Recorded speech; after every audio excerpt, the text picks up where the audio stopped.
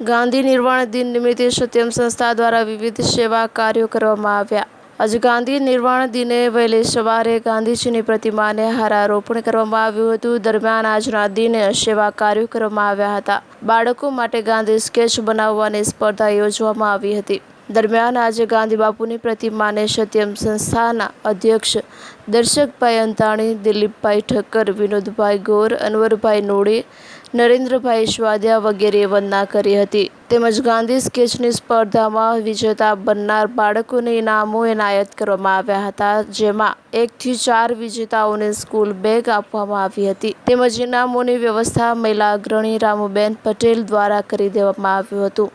દરમિયાન 11 વાગ્યે શહીદોની યાદમાં મૌન પાળવામાં આવ્યું હતું। આમાં આજે ગાંધી નિર્વાણ દિન નિમિત્તે વિવિધ કાર્યો સત્યમ સંસ્થા અને તાનારીરી મહિલા મંડળના ઉપક્રમે કરવામાં આવ્યું હતું। ભુજના ગાંધી જીવન કેન્દ્ર, માજી હોમગાર્ડ, માજી નાગરિક સંરક્ષણ સભ્યો અને વરિષ્ઠ નાગરિકો દ્વારા આજે રાષ્ટ્રપિતા મહાત્મા ગાંધીના 30મી તારીખે નિર્વાણ દિન પ્રસંગે અહીંયા વંદના કાર્યક્રમ કર્યો છે, જેમાં અમારા સંસ્થાના સૌ સભ્યો ઉપસ્થિત રહ્યા છે।